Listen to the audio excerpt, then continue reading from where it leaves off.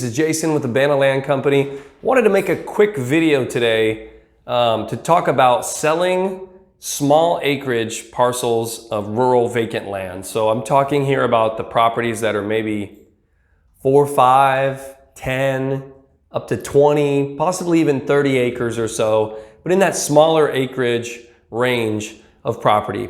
So when I talk to sellers, there are a few different categories that usually sellers of these properties fall into. The very first one is someone that inherited the property. So they've never seen the property in most occasions. They inherited it, you know, grandma, grandpa, mom or dad, an aunt or uncle, someone had passed and left them this property. They have the property deeded to them. They always planned to go out and visit it, but for whatever reason, they just never made it out there.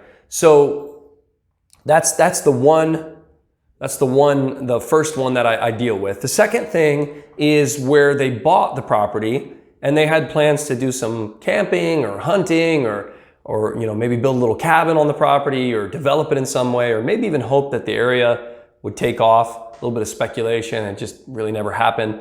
And they've had the property for many years and life happened, plans changed, they moved to a different area, and for whatever reason, they've been holding on to the property, but usually they haven't visited it in 5, 10, 15, even 20 years. I bought a property from a lady who had not been to it in 20 years. Now, a couple of dangers can happen with these first two categories. If you fall into one of those categories, watch out for these.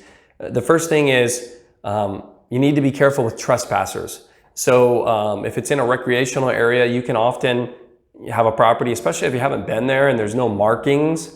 It needs to be labeled no trespassing, or in some states have purple paint.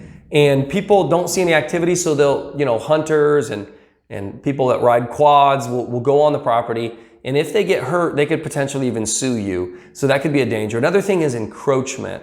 And I've found properties where the neighbors started to encroach onto the property, putting trash on the property, different things like that you know, drastically affect the property value. And it can cause some liability issues and even some legal issues if it's not addressed and you don't respect your property lines.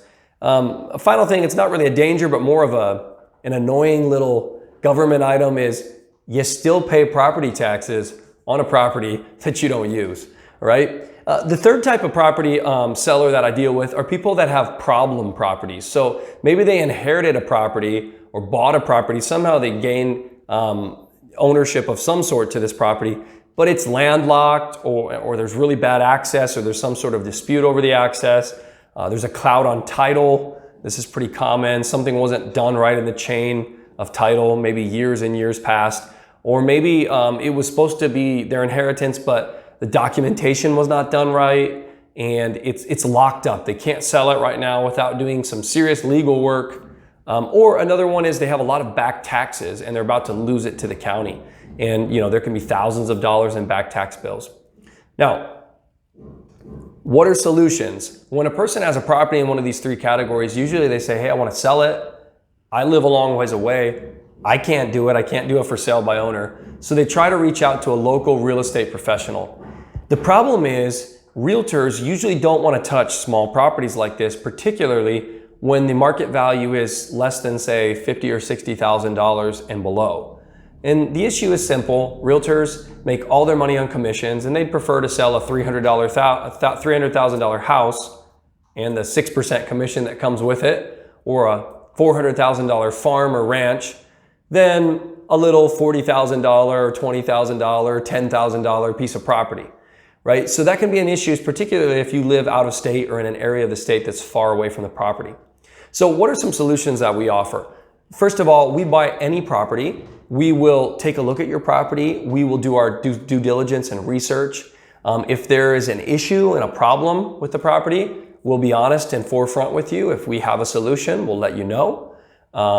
We will make you an offer and of course adjust the price accordingly if we have to do some legal work or pay some back taxes. If we can't fix it, we'll let you know that too and we'll point you in the right direction. But we are a land investing company. So we're not realtors, we're not wholesalers, we're not brokers, we're not middlemen in any sort or way. We simply make you a cash offer and we buy property outright. So we'll make you a cash offer. Maybe my team has already reached out to you with a text or a letter or has had some sort of conversation with you at this point.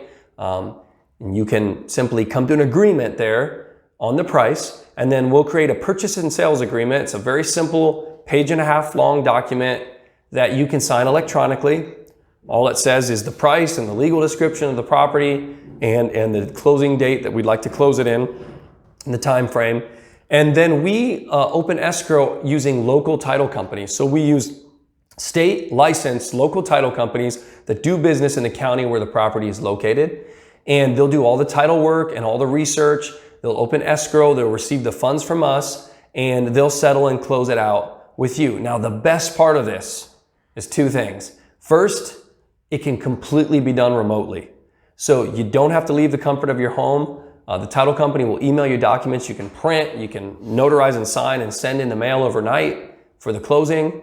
Very simple to do. They'll deposit the funds or send you a check directly to your account. And not only is it completely done online and remotely, it's very quick. So recently we had a parcel from the first time we contacted the gentleman until the day that he got the money deposited in his account and it was closed was exactly 14 days. Now, that's on the faster range. Usually it takes us a little more like 30 days, but the point is we do it very quickly because it's all cash offer, no frills, there are no commissions. The offer that we tell you is net to you. Right? So if you have a piece of property that maybe fits in one of these categories and you're thinking about selling it, reach out to myself or my team. We'd love to take a look at it and help you find a solution. You can go to www.bannalandcompany.com for more information.